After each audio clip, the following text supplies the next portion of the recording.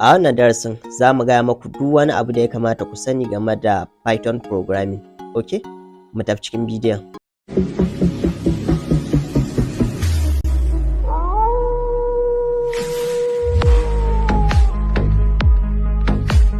Menene Python?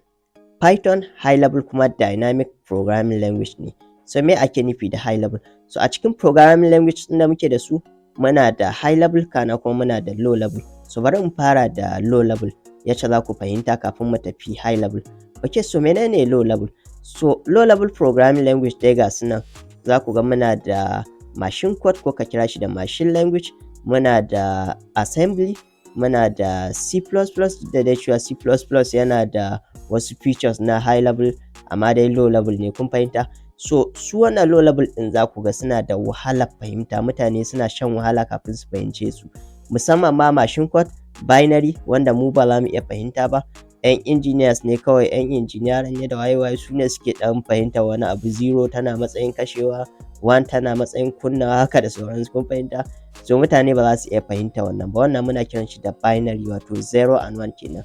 Computer in dai ba 0 and 1 ɗin nan ba ta fahimta komai, kun fahimta? So kai kuma mutum ka ga ba yacce za a yi ka iya rubuta 0 and 1, 0 and 1, 0 and 1 da sauransu haka, kun fahimta? So duk abin da kake gani a screen ɗinka da software da kake buɗewa, duka kwamfuta tana ganin su ne a matsayin 0 and 1, kai ke ganin su a matsayin rubutu, graphics da dai sauran abubuwa, kun fahimta? So ita kwamfuta ta san yacce za ta yi converting ɗin su zuwa meaningful information haka da sauransu, kun fahimta? So kana kuma muna da assembly, shi kuma assembly sai ya zo sai sauƙaƙe mana komai da komai. So amma yana da translator, za yi magana akan translator, wato software da za ta yi translating, saboda na gaya ma kwamfuta 0 and 1 kawai take fahimta. So assembly kuma ba 0 and 1 bane ba, kun fahimta? Sai dai irin rubutu ne, kamar a ce ACC tana matsayin maybe kunnawa, ADD tana matsayin kashewa, haka da sauransu, kun fahimta?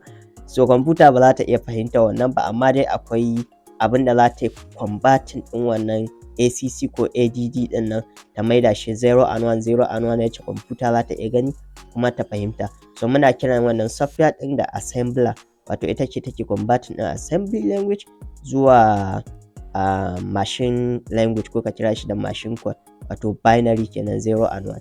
Kana kuma muna da C++, shi ma yana da software da take translating, kun fahimta?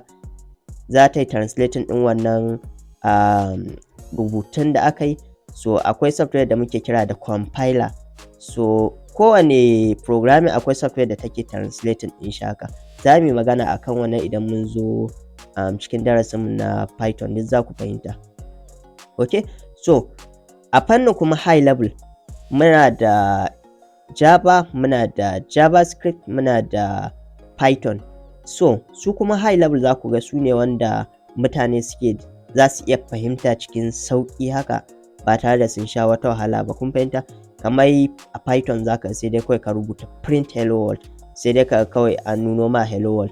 So akwai software da ta tsaya a tsakiya ta yi translating ɗin wannan print hello world ɗin, saboda ita kwamfuta ba yacce za a yi ta iya karanta wannan wani print hello world da sauransu, ba ta su take yi ba, kun fahimta? So dole akwai software da ta yi translating wannan software ɗin, muna kiransu da interpreter, akwai kuma compiler, kun fahimta? Zan maku bayani game da interpreter da compiler da su assembler idan muka yi nisa a course ɗinmu na Python. Okay, so ina fatan kun fahimta. So wani abubuwa za ka iya yi a cikin Python? Kafin mu wuce akan wani abubuwa za ka yi a cikin Python, bari mu maku bayani akan dynamic. Me ake nufi da dynamic? In ba ku manta ba, a cikin definition ɗin na gaya muku Python high level kuma dynamic programming language ne. So me ake nufi da dynamic? Dynamic tana magana ne akan canja wani abu, kamar yanzu misali idan website ɗinka ya fara running, za ka iya zuwa ka canja maybe title ɗin website ɗin, ko za ka iya zuwa ka canja wani abu ko da a ce yana cikin running. Kamar Facebook ɗinka ne, za ka iya updating ɗin profile, kun fahimta?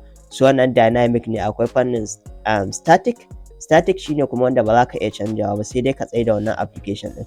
Kamar mota in tana tafiya, kana so ka maybe ƙara mata mai, so in misali static ne, dole sai ka tsaya gidan mai, an kashe motai, an ƙara mata mai. So idan kuma dynamic ne, ba sai an kashe motar ba, tana ma cikin running, tana cikin tafiya, waye ba sai an kashe injin ɗin ba, lafiya lau kawai za a zuba mai haka da sauransu. So kamar haka ne, kun fahimta? misali yanzu kana cikin gudu zaka iya canja riga aiko, so dynamic kenan, kun fahimta, ka canja riga kana cikin gudu. So static kuma dole sai ka tsaya, kun gane. So wani abubuwa zaka iya a cikin Python?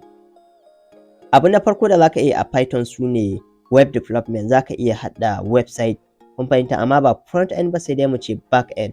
Duk da dai cewa akwai wasu framework ɗin wanda naji an ce za su taimaka maka wajen front end development a Python, but ban baka shawarar ka je ka koyi wannan framework ɗin ba, ka zo ka koyi JavaScript idan zaka yi front end development. Wannan duka zaka wasting ɗin time ɗinka ne, kun fahimta. Akwai fannin data analysis, akwai fannin machine learning, akwai fannin AI wato artificial intelligence, zaka iya haɗa AI naka haka da sauransu, kun fahimta, da a cikin Python.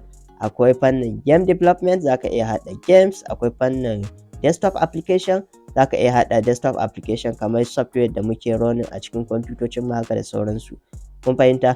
Zaka iya haɗa mobile application kamar irin Android application ɗin da muke buɗewa haka da sauransu. Zaka yi amfani da shi fannin networking, cyber security, ethical hacking, cloud computing, zai taimaka maka wajen yin abubuwa daban-daban. So Python programming language ne mai matuƙar power, ba ƙaramin taimakon ku zai yi ba. Okay, so